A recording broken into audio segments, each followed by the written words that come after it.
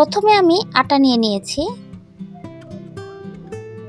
সুজি দিয়ে দিলাম 3 চা চামচের মতো, বেকিং সোডা হাফ চা চামচের মতো, তাল মাখানা 1 চা চামচের মতো, স্বাদ মতো লবণ, 5 চা চামচের মতো সয়াবিন তেল। ভালো করে উপকরণগুলো মিশিয়ে নিতে হবে। সুজিটি দেওয়ার কারণে কিন্তু খুব ক্রিস্পি আর মুচমুচে থাকবে, তাল মাখানা দেওয়ার কারণেও কিন্তু খুব ক্রিস্পি আর মুচমুচে থাকবে। ফুচকার মধ্যে কিন্তু সুজি আর তাল মাখানা ব্যবহার করে মুচমুচে রাখার জন্য। আমিও এটা ব্যবহার করেছি, এতে কিন্তু খুবই মুচমুচে হবে। এখন আমি নর্মাল ঠান্ডা তাপমাত্রা পানি নিয়ে নিয়েছি, একটি শক্ত পারফেক্ট ডো করব। বেশি কিন্তু নরম করা যাবে না। ফুচকার ডো যেভাবে তৈরি করে তেমনভাবে, রুটির খামির যেভাবে তৈরি করে সেভাবে নয়, সেটা একটু নরম হয়, তার চাইতে একটু শক্ত করতে হবে, তাহলে কিন্তু খুব মুচমুচে হবে। বেশি নরম করা যাবে না, একটু শক্ত রাখতে হবে। বৃষ্টির দিনে কিন্তু এরকম মুচমুচে সন্ধ্যায় যদি একটি নাস্তা হয় তাহলে কিন্তু ভীষণ মজাদার, ভালো লাগে খেতে।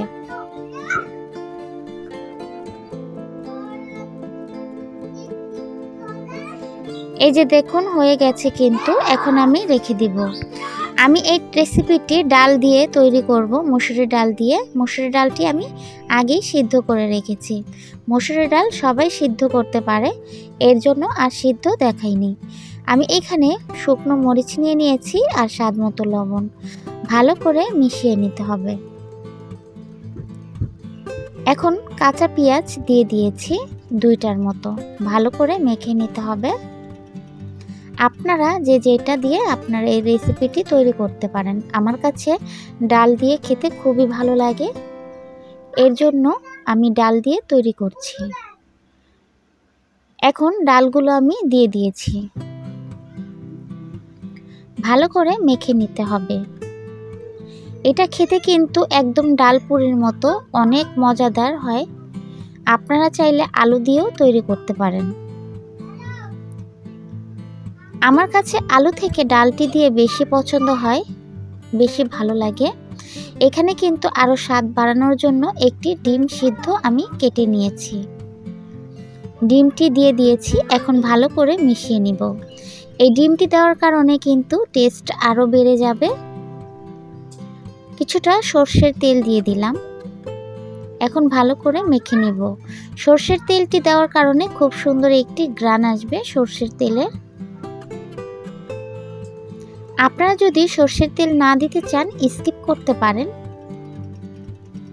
এখন কিছুটা ধনিয়া পাতা কুচি দিয়ে দিলাম, যাতে খুব সুন্দর একটি ঘ্রাণ আসে, খেতে ভালো লাগে।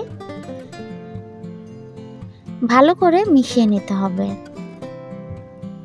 হয়ে গেছে, এখন আমি এটাকে সরিয়ে রাখব। এখন যে ডোটি আমি বানিয়েছি সেটা আমি নিয়ে নিয়েছি, 2টা লেচি কেটে নেব। আপনারা চাইলে বেশি করেও কিন্তু এটা তৈরি করতে পারেন, খেতে কিন্তু খুবই মজাদার হয়।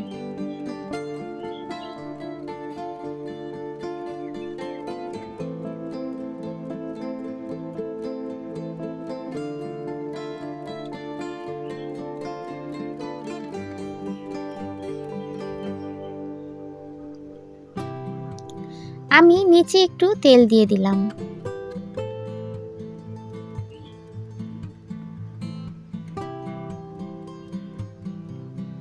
এখন আমি বেলে নিব, রুটির মতো বানিয়ে নিব। বেশি পাতলা করব না আর বেশি মোটাও করব না। ফুচকার যেরকম রাখে তার চাইতে একটু মোটা রাখব।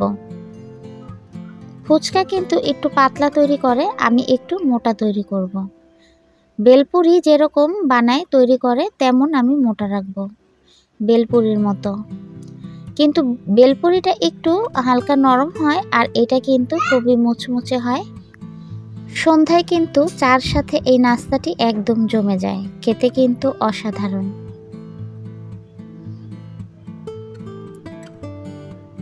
একদম অল্প সময়ে অল্প খরচে এই রেসিপিটি তৈরি করা যায়। আটা কিন্তু সবার ঘরেই থাকে আর মসুরি ডালটাও কিন্তু সবার ঘরে থাকে। চাইলে সহজে এই রেসিপিটি তৈরি করে একবার খেয়ে দেখুন। সিঙ্গারার কথা ভুলে যাবেন আর বেলপুরির কথাও ভুলে যাবেন। এইটাই মনে হবে যে পারফেক্ট একটি রেসিপি। এই যে দেখুন আমি কিন্তু বেলে নিয়েছি। দেখুন, দেখে বুঝতে পারছেন যে বেশি পাতলা করিনি আর বেশি মোটাও করিনি। এভাবে করে আমি আরও একটি তৈরি করে নিব।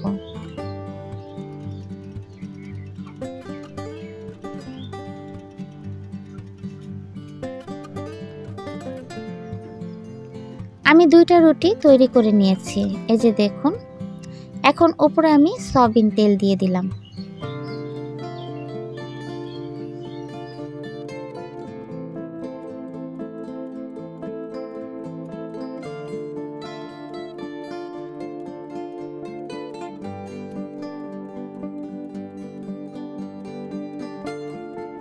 এখন আমি গোল একটি টিনের মতো নিয়ে নিয়েছি। এটা দিয়ে কিন্তু ফুচকা তৈরি করে।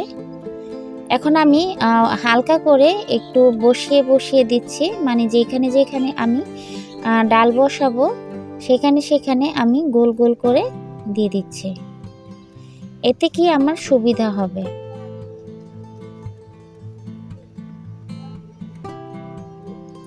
নয়তো বুঝবো না।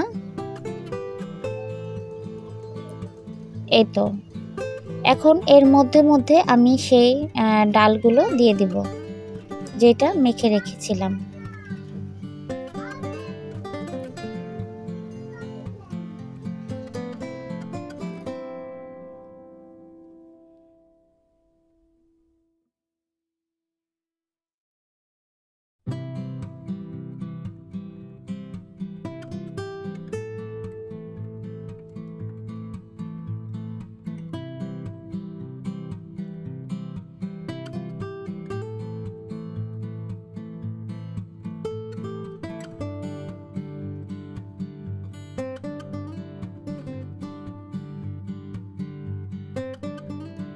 এই তো সবগুলোতে কিন্তু দেওয়া হয়ে গেছে। এখন আমি যে পাটটি রেখেছি এই পাটের মধ্যে কিন্তু আমি আর তেল মিশাইনি। এর পাটে কিন্তু আমি পানি মিশিয়ে নিয়েছি যাতে খুব সুন্দর বসে। অবশ্যই পানি মিশিয়ে নিতে হবে। একটার মধ্যে তেল দিতে হবে আর একটার মধ্যে পানি দিতে হবে, তাহলে কিন্তু খুব সুন্দর বসবে। ভাজতে গেলে কিন্তু ছুটে যাবে না, মানে খুলে যাবে না। উপরে যে পাটটা দিবেন সেই পাটটা পানি মিশিয়ে নেবেন। আর আমি নিচেটা কিন্তু তেল মিশিয়ে নিয়েছি। এতে কিন্তু খুব সুন্দর লেগেও থাকবে আর মুচমুচেও থাকবে, নরম হবে না। কারণ নিচেরটায় তো আমি তেল ব্যবহার করেছি আর উপরেরটায় পানি। এখন হাত দিয়ে চেপে আমি যেখানে ডালগুলো দিয়েছি সেখানে ভালো করে চেপে দিয়েছি আর সেই কাটারি দিয়ে আমি এই যে দেখুন সুন্দর করে কেটে নিব। দেখুন কত সুন্দর হয়েছে কিন্তু।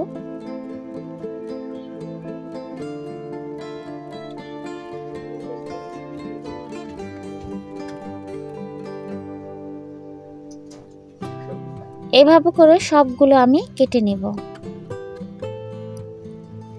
এই যে দেখুন সবগুলো কিন্তু আমি কেটে নিয়েছি। এখন চুলাতে প্যান বসিয়ে দিয়েছি, এর মধ্যে সয়াবিন তেল দিয়ে এগুলো আমি ভেজে নিব উল্টিয়ে পাল্টিয়ে।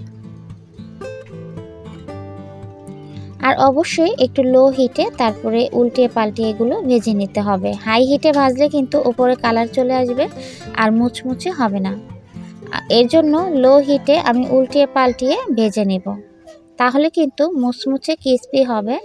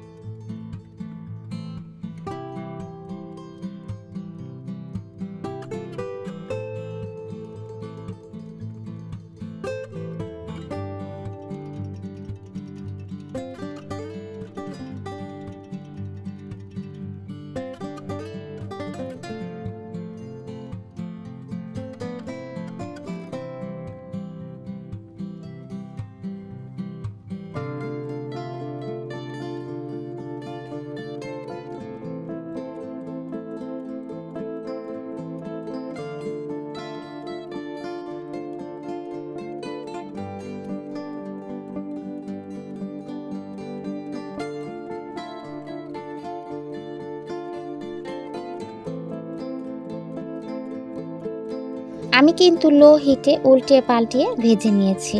এখন কিন্তু নামিয়ে ফেলবো। দেখুন বেশি কিন্তু একটি কালারও আমি করিনি, কিন্তু খুব সুন্দর মুচমুচে হয়েছে, কারণ এটি আমি লো হিটে উল্টিয়ে পাল্টিয়ে ভেজে নিয়েছি। এই যে দেখুন হয়ে গেছে, এতটা মজাদার হয়েছে, বানানোর সাথে সাথে আমার বাচ্চা এমনকি বাচ্চার বাবাও খেয়ে নিয়েছে। এই কয়টা রেখেছি ভিডিও করার জন্য। দেখুন হাত দিয়ে টিপ দিলেই কিন্তু কি সুন্দর ভেঙে যাচ্ছে, আর বুঝেই যাচ্ছে এটা খুব সুন্দর মুচমুচে হয়েছে।